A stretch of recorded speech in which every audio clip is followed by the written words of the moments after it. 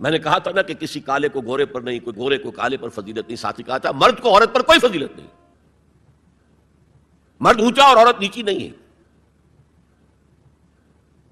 شرف انسانیت کو دونوں ایکولی شیئر کرتے ہیں، وہ بھی ہیومن بینگ، وہ بھی ہیومن بینگ۔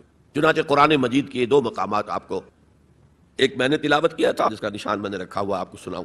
سورہ آل عمران کے آخر میں ایک لمبی دعا آئی ہے، ربنا اننا سمعنا منادیا ینادی للایمان ان آمنوا بربکم فآمنا۔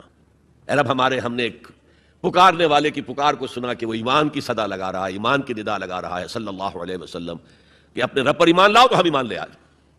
ربنا فاغفر لنا ذنوبنا وکفر عنا سیئاتنا، تو پروردگار ہمارے گناہ بخش دے اور ہم سے ہماری برائیوں کو دور کر دے، وتوفنا مع الابرار، اور اپنے نیکوکار بندوں کے ساتھ ہمارا خاتمہ کیجیے۔ ربنا وآتنا ما وعدتنا علی رسلک، اور پروردگار ہمیں وہ سب کچھ دیجو جس کا وعدہ تو نے اپنے رسولوں کے ذریعے کیا ہے۔ آپ نے فرمایا جنت اور یہ نعمتیں ہوں گی، ہمیں وہ سب کچھ دیجو۔ انک لا تخلف المیعاد، تو اپنے وعدے سے ہٹنے والا نہیں ہے، ہمیں یہ اندیشہ نہیں ہے، اندیشہ ہے تو یہ کہ ہم ان وعدوں کا مصداق ثابت ہو سکے یا نہ ہو سکے، تو اپنے فضل کرم سے ان کا مصداق ہمیں بنا دے۔ اب اس کا جواب سنیے، فاستجاب لهم ربهم انی لا اضیع عمل عامل منکم، ان کے رب نے ان کی دعا کو قبول کیا اور فرمایا میں تم میں سے کسی عمل کرنے والے کے کسی عمل کو ضائع کرنے والا نہیں ہوں، من ذکر او انثی، خواہ وہ مرد ہو خواہ عورت، بعضکم من بعض، تم ایک دوسرے ہی میں سے ہو نا، ایک ہی باپ کے نطفے سے بیٹا بھی ہے بیٹی بھی ہے، ایک ہی ماں کے رحم میں پرورش پائی ہے بیٹے نے بھی بیٹی نے، تو اونچ نیچ کہاں سے آ جائے گی، کدھر سے آ جائے گی؟ بعضکم من بعض، ایک دوسرے میں سے ہو۔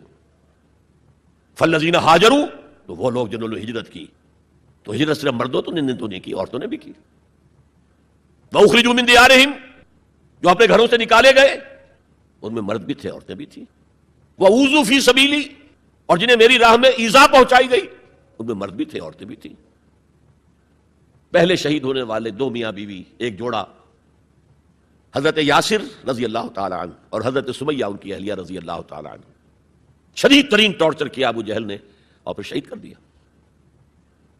وقاتلوا وقتلوا، پھر انہوں نے قتال بھی کیا، اللہ کی راہ میں جنگ بھی کی اور قتل بھی ہوئے۔ تو ان تمام کاموں کے اندر مرد اور عورت شریک رہے۔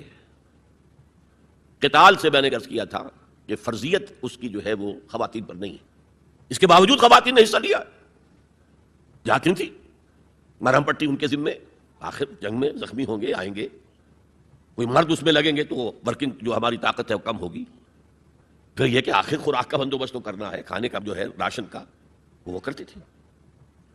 تو یہ سب کے سب برابر کے شریک ہیں۔